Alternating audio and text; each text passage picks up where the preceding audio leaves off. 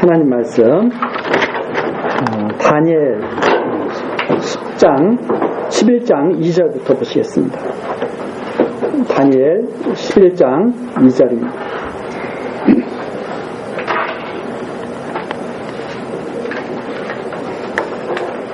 이제 내가 참된 것을 네게 보이리라. 보라, 바사에서 또 새 왕이 일어날 것이요 그 후에 넷째는 그들보다 더 심히 부요할 것이며 그가 그 부요함으로 강하여진 후에는 모든 사람을 격동하여 헬라국을 칠 것이며 장차 한 능력 있는 왕이 일어나서 큰 권세로 다스리며 임의로 행하리라.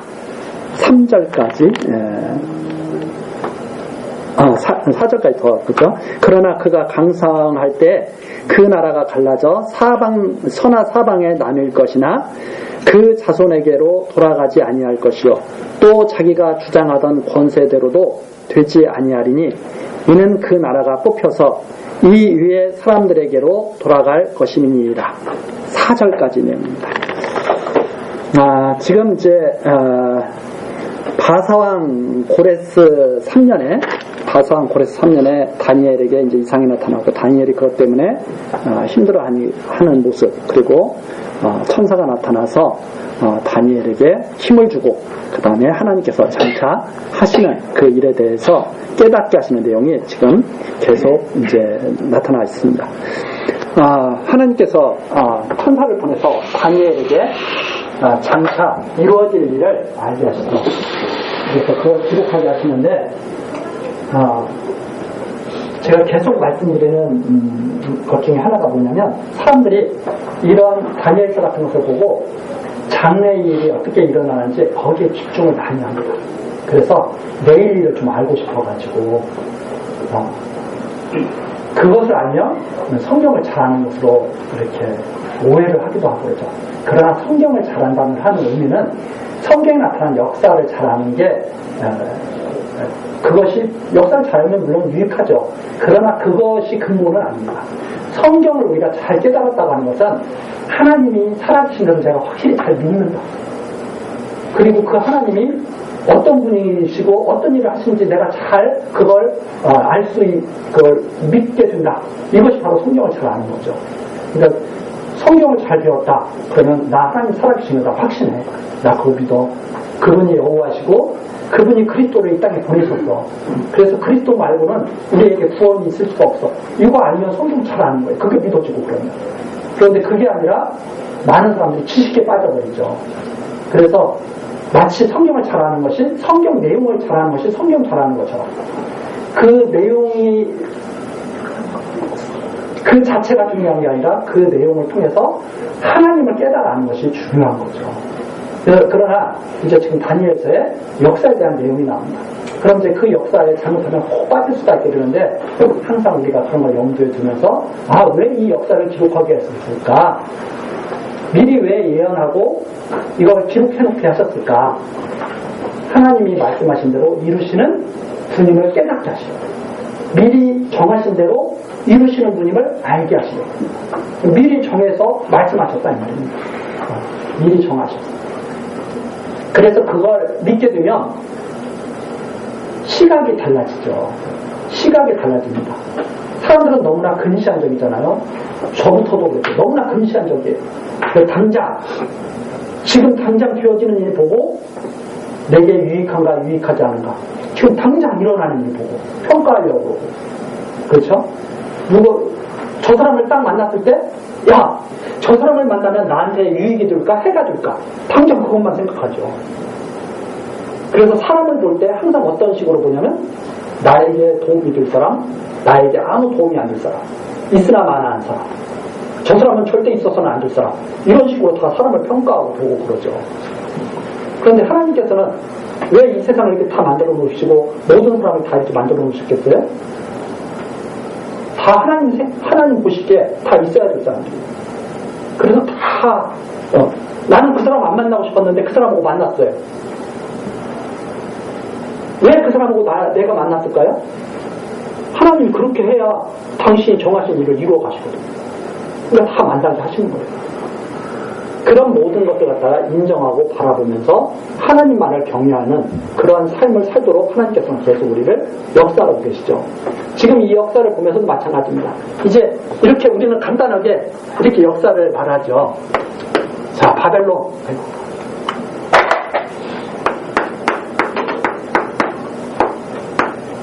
바벨론. 이 나라가 아수르 물리치고 바벨론 제국을 했어. 나 역사 잘 알아. 이 역사를 그냥 나타난 것을 말할 뿐이죠. 이 바벨론에 느부갓네살이 있었잖아요.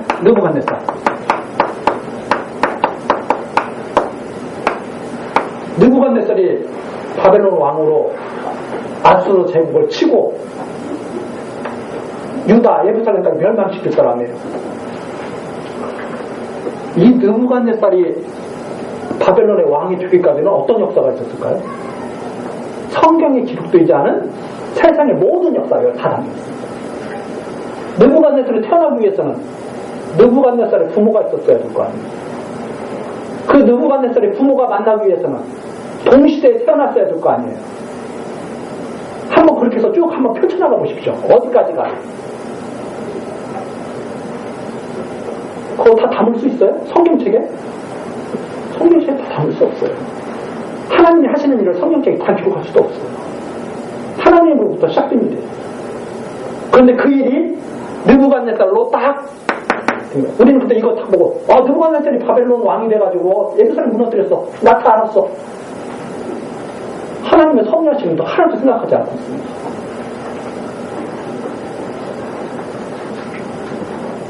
느부갓네살이 이때 태어났어요.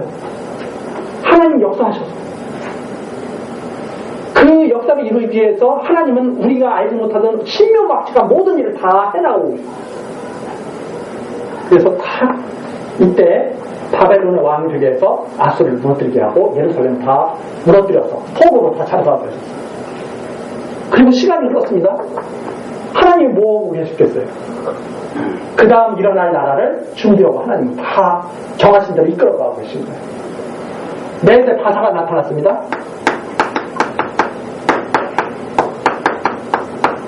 고레스를 준비하고 계셔요. 기름 부어가지고 고레스가 나타나기까지 고레스 부모님 만나서 결혼하게 해야 되잖아요. 그럼 서로 마음에 들게 하거나 하여튼 무슨 돈이 많게 하거나 어떤 역사가 있으셨을 거 아니에요. 어떤 사람 돈 보고 결혼하는 사람도 있으니까. 사랑하게 하시거나 응? 아니면 권력을 좋아하게 하시거나 서로 사랑하게 하시거나 어떤 역사가 우리가 알지 못하는 엄청난 하나님의 역사가 여기에 담겨있다 이 말이에요. 고레스가 딱 나타나요. 메대 파스를. 그런데 여기서 끝났으니 끝나는 게 아닌 거죠.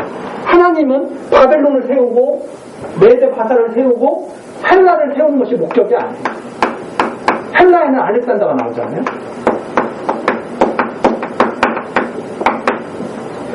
전쟁하는 곳마다 다 가가지고 막 자기 이름 따가지고 알렉산드리아라고 이름 다 짓어요. 승리하는 곳마다. 그 다음에 로마가 나타나죠. 이런 나라들이, 이런 세상 나라들이 하나님이 원하시는 나라가 아니라는 말입니다. 하나님은 이런 역사를 통해서 영원한 나라를 세우시려고 해요. 영원한 나라.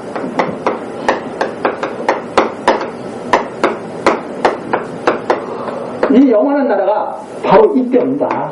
이걸 미리 다 역사를 말씀하시면서 이 영원한 나라가 느부갓네살에 의해서 세워진 것도 아니고 고레스에 의해서 세워진 것도 아니고 알렉산더에 의해서 세워진 것도 아니고 옥타비아누스의 로마 옥타비아누스 그때 당시 황제가 옥타비아누스에 의해서 하나님에 의해서 이 영원한 나라가 하나님의 섭리 가운데서 세워진다는 것을 알게 하시라고.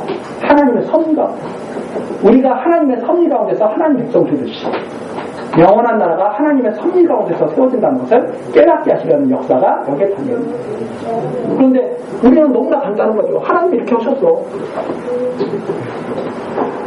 그래서 이 하나님의 그런 깊이 있는 섭리를 우리가 생각하면 생각할수록 모든 일이 다 감사하죠. 왜?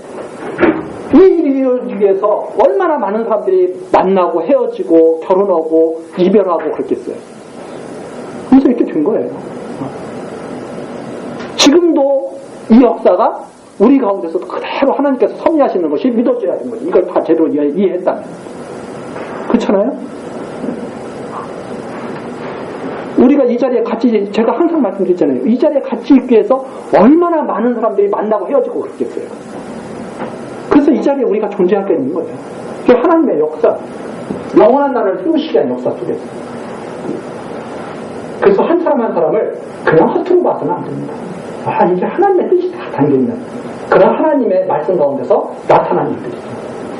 자, 그거에 이제 좀 더 구체적으로 아주 간략하긴 하지만 구체적으로 나타나는 게 이거 2절서부터 알려주는 내용. 자, 내가 참된 것을 내게 보이라. 내가 세상은 다 거짓 것을 보이죠. 막 통계도 거짓말로 내고, 예? 막 다 거짓말을 밥 먹듯이 하죠. 다 자기 유리원대로 이끌고 가기 위해서 한 일도 안 했다고 그러고 막 다 그러잖아요. 세상 사람들. 제일 무서운 게 그런 사람이잖아요. 분명히 옆에서 하는 거 봤는데 언제? 이런 사람도 있어요. 저도 직접 봤어. 바로 자기가 했는데 내가 보고 있는데 옆에 사람이 누가 와서 이거 누가 했어요? 했더니 모르겠는데요? 제가 바로 옆에서 보고 있었는데도. 제가 그래서 속으로 진짜 이런 사람이 있구나. 그런 것을 경험한 적도 있습니다. 아니 잘못한 일이 있어도 이거 누가 했어 하면은 제가 안 했어요. 말을 못하죠. 만일 큰 잘못했더라도 입은 다물고 있을지 모르지만 아니 저 모르는 일에 어떻게 그래요. 빵빵스럽게. 그래서 그런 사람도 많거든. 특히 위에 계신 분들은 그런 거 잘하잖아요. 뭐 모른다고 나 모른다고. 우리는 길 지나가다가 저 1,000원짜리 한 장만 죽고도 막 가슴이 벌렁벌렁거려. 예? 아니 이거 혹시 누가 봤나 그러고. 그래가지고 죽지도 못하고 혹시 오해받을까봐 그 지나가다가 그거 주웠다고 오해받을까봐 벌렁벌렁. 보통 사람들 다 그런다는 말입니다. 화장실에 갔는데 지갑이 떨어져 있어. 가슴이 벌렁벌렁. 혹시 내가 오해받을까봐. 잘못된 일에 엮일까봐. 그런데 어떤 사람들은 남의 거 훔쳐가고도 언제요? 이런 사람 수록한 거죠. 그런 세상 속에서 하나님을 안다고 하는 것 정말 복된 일이죠. 그걸 다 받아들일 수 있는 그 세상을 다 담을 수 있다고 하는 것. 하나님을 알면 알수록 그런 세상을 다 받아들이게 되잖아요. 그래, 하나님께 맡기자. 하나님을 모르면 뜯어 고쳐야 되겠는데 그 세상을 뜯어 고칠 수 있어요, 없어요? 갈수록 속만 상하다가 속에 고라 떨어져가지고 그냥 골아가지고 그냥 죽는 거죠. 하나님 알고 편안하게 살아야죠. 다 받아들이죠. 자, 참 것을 보이겠다. 네, 참된 것을 보이겠다.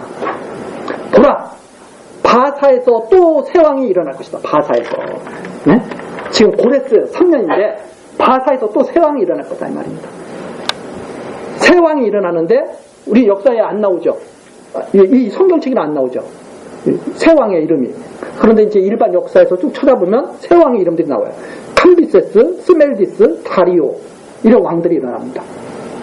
왕들이 쫙 일어나요. 그런데 그 새 왕이 일어나는데 그 후에 넷째는 그들보다 심히 부유할 것이며 그가 그 부유함으로 강해진 후에는 모든 사람을 격동시켜 헬라국을 칠 것이다. 이 바사에 새 왕이 일어나는데 그 새 왕 뒤에 일어나는 한 왕이 있는데 넷째가 있는데 아주 이 사람이 힘이 세가지고 헬라국을 칠 사람이에요. 헬라국을 칠 사람이에요. 그래서 캄비세스가 일어나고 그다음에 스멜디스가 일어나고 그다음에 다리오가 일어나는데 그 다리오의 아들이 누구냐면 아하수에로입니다. 아하수에로가 누구냐면 에스더의 남편이에요. 근데 이 다리오가 원래 이 바사가 이 헬라를 갖다가 이걸 정복하고 싶은 거예요. 이 헬라를. 근데 하나님 뜻은 이미 어떻게 정했냐면 헬라한테 바사가 당하게 돼 있거든요. 근데 이 바사는 야, 우리가 한번 큰 제국을, 더 큰 제국을 만들어보자. 네? 사람들이 많이 가지면 더 갖고 싶어 하죠? 네.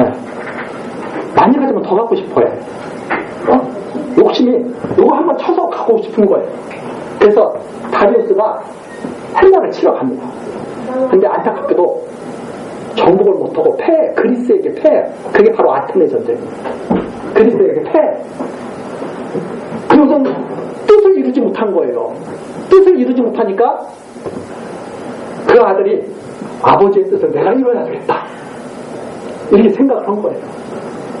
아버지의 뜻을 내가 이루어야 되겠다 생각해가지고 이 아수에로가 헬라를 또 칩니다. 이때 이제 유명한 그 영화가 바로 300이라고 그랬죠. 300. 그 300에 나오는 그 왕이 이거 막아내죠. 그 왕이 누구냐면 레오니다스. 이 왕이 탁 일어납니다. 일어나가지고 아수에로를 갖다가 몇 안 되는 용사들로 상대간이거든요. 여기는 막 구름대처럼 보려고 여기는 젊은 상대간이거든요. 근데 져요. 아수에로가 져. 그 크세르쿠스 져가지고 화가 더 났어. 화가 더 나가지고 야, 이번에는 절대 실패한다. 모든 국력을 다 집중하자 해가지고 첫 번째 전쟁에서 패하고 나서 두 번째 전쟁을 일으킵니다. 그래가지고 이번에는 막 온갖 배를 동원해가지고 와요. 그게 살라미스 해전이에요. 그 영화 302로 나오는. 그래가지고 완전히 대패를 해버립니다. 또 그러니까 아버지 때 정복하려고 하다가 못하고 아들 때 2번이나 했는데 못하고, 그런데 온 국력을 여기에 정복하는데 쏟다가 국력이 그냥 망가져버려요. 그래가지고 메데 파사가 꼬꾸라지기 시작해요. 헬라를 잡아 흩으려고 그러다가 오히려 헬라한테 다 패하고 만 거죠. 그때 누가 일어나느냐? 이제 헬라를 치려고 하다가 치지 못했잖아요. 치지 못해가지고 국력이 막 떨어지기 시작하잖아요. 헬라에서 이게 마게도냐가 뭐 헬라한테 일을 바꿔 걸었어요. 저거 쳐야 되겠다, 이거 쳐야 되겠다. 먼저 얘가 건드렸는데 이제 거꾸로 당하게 된 거예요. 그래가지고 이때 딱 누가 일어났냐면 이 알렉산더가 일어났는데, 여기서 지금 고레스 때 이걸 예언했는데 여기 나오잖아요. 3절. 장차 한 능력 있는 왕이 일어나서 큰 권세로 다스리며 임의로 행하리라. 그 능력 있는 한 왕이 바로 4절에 나오는 알렉산더죠. 그가 강성할 때 그 나라가 갈라져 천하 사방으로 나뉠 것이며, 그죠? 이 알렉산더가 아주 강성이 있습니다. 이 알렉산더는 어떤 뜻을 갖고 있냐면, 이 사람이 33세에 열병에 걸려서 전쟁터에서 죽게 되는데, 병에 걸려서 죽게 돼요. 근데 이 알렉산더는 하나님께서 이 일을 하기 위해서 문무를 겸하게 해가지고 군사훈련만 받을 뿐 아니라 그 당시 당대 최고의 학자였던 아리스토텔레스에게 공부를 해요. 그래가지고 전쟁터에서 책을 읽는 사람이에요. 스승이 거기다가 고전에다가 다 각주를 달아서 이게 이런 뜻입니다. 뭐 해가지고 이런 깊이가 있습니다. 그럼 전쟁을 하고 그 책을 읽으면서 뜻을 세웁니다. 세계를 하나로 만들어야 되겠다, 이 사람이. 근데 이 사람이 왕이 될 때까지도 우여곡절이 많아. 이걸 갖다가 역사 속에서 보면 우리가 알 수 있어. 어떤 우여곡절이 있느냐? 알렉산더의 아버지가 마게도냐 지역의 그 국가들을 갖다가 다 하나로 통합을 합니다. 다 통합을 해나가는데 아버지의 꿈이 있어요. 아버지가 강대국대에서 역시 전 세계를 갖다가 다 장악하고 싶은 사람이야. 꿈들이 커. 우리는 그걸 이제 자기들이 꿈꾸는 거죠. 근데 그 꿈이 이루어지는 안 이루어지냐고 보십시오. 청년들이 대망을 꾸어라, 뭐 꿈을 꾸어라, 뭐 그러는데 어떤 꿈을 꿔야 되는지 여기서도 우리가 이 아버지가 꿈을 꿔요. 그래서 막 주변 나라들을 다 막 이렇게 통합해 나갑니다. 그래서 막강한 이제 권세를 이렇게 누리는 무렵인데, 알렉산더의 어머니와 결혼해서 살다가 이혼을 해요. 아버지가. 그리고선 다른 여자와 결혼합니다. 그랬더니 우리나라 역사에서도 많이 보죠. 자, 전철을 내쫓고 다른 여자와 결혼했다. 그러면 누구를 왕으로 그 다음 후계자로 삼고 싶어요? 전처의 아들을 후계자로 삼고 싶어요? 새로 이제 부인 된 사람의 아들을 낳아서 후계자 삼고 싶어요? 당연히 그러죠. 아버지가 나중 부인을 더 사랑해가지고 옆에서도 막 붙이기도 하니까 이 알렉산더를 후계자로 삼지 말고 새로 난 아들을 갖다 후계자로 삼아야 돼. 이런 꿈을 꾸게. 알렉산더가 기분이 좋겠어요? 나쁘겠어요? 기분이 안 좋아. 그래서 아버지하고 사이가 좋겠어요? 나쁘겠어요? 아버지하고 사이가 나쁩니다. 그런데 신하들이 옆에서 그러시면 안 된다고 해가지고 아버지와 어떻게든지 좀 사이가 좋게 하려고 그랬는데 사이가 별로 안 좋은데 아버지가 시위대장한테 피살당. 자기를 보호하라고 세운 사람한테 피살당해. 그 피살당한 시위대장을 누가 죽이냐면 알렉산더의 친한 부하 두 사람, 친구 두 사람이 죽입니다. 우리가 그림을 가만히 생각해보세요. 사람들이 무슨 오해를 하겠어요? 저거 아버지하고 사이가 안 좋다니 말이야. 아버지를 제거한 다음에 그 증거를 없애기 위해서 친구를 사용해서 또 죽인 거 아니야? 이런 오해가 있겠어요, 없겠어요? 그런 오해 속에서 왕이 된 사람. 이 사람. 왕이 돼가지고 역사 얘기하니까 더 재밌어요? 왕이 돼가지고 드디어는 세계를 정복해 나가기 시작합니다. 이거 치는데 이걸 완전히 하나로 만들자 이렇게 생각했어요. 그래가지고 전 세계를 하나로 만들기 위해서 국제결혼을 시켜. 자기도 국제결혼해. 야, 우리나라 사람끼리 왜 결혼해? 페르시아 사람하고 결혼해. 이래가지고 자기도 페르시아 공주와 결혼해가지고 왜? 우리는 하나다. 전 세계가 하나다. 우리나라 지금은 인종차별 심해요? 안 심해요? 요즘 세계 인종차별 심해가지고 전 세계 다 난리 나잖아요. 알렉산더는 어떤 사람이었냐면 인종차별 하지 마. 다 하나가 돼야 돼. 장군들 너도 저 미국 여자하고 결혼해. 다 그래. 이 알렉산더가. 그러면서 세계를 하나로 막 통합해 나가면서 헬라 제국을 세우는 거예요. 인간적으로 보면 어떤 마음 같아요? 어떤 대단한 사람이에요. 그 당시에 국제결혼을 갖다가 지금도 우리나라 사람들 지금도 우리 민족끼리 외국 사람 부르면 돼야 안 돼요? 안 돼요. 지금도. 그런데 이 알렉산더는 무슨 소리야? 다 하나가 돼서 가야지. 너 국제결혼 안 해 너? 이런 거 아니야. 저는 앞선 사람이죠. 어떻게 보면 어떤 단순한 시대상으로만 본다면 이 사람이 단기간 내에 다 정복했어요. 완전히 다 정복했어요. 전 세계 그 당시에 그냥 중동이고 어디고 다 정복했어요. 33살밖에 안 됐는데.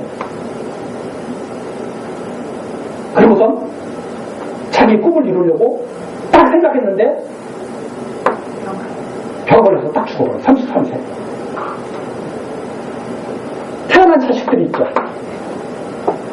국제결혼에서 태어난 자식도 있고 저 자식도 있을 거 아니에요. 4절 보십시오. 그러나 그가 강성할 때 그 나라가 갈라져 천하 사방에 나뉠 것이나. 그런데 강성하다가 이 나라가 다 나뉜다 이겁니다. 여기 이게 다 나뉩니다. 천하 사방에 다 나뉩니다. 천하 사방에 나뉠 것이며 그 다음 또 어떻게 돼요? 나뉠 것이며 그 자손에게로 돌아가지도 아니할 것이요. 자손들이 나뉘는 이 나라를 자손들이 가져야 하거든요. 자손들에게 이게 하나도 안 돌아간다는 거예요. 전체 엄청난 제국을 마련했는데 자식들에게 그게 안 돌아가. 많은 사람들이 착각하는 게 바로 이런 거죠. 내가 크게 해놓으면 이게 다 누구에게 돌아간다? 내 자식에게 돌아간다. 이렇게 사람들이 생각하잖아요. 뭐라 그래요? 자식 나라가 이루기도 전이에요. 아직 오랫동안 때예요.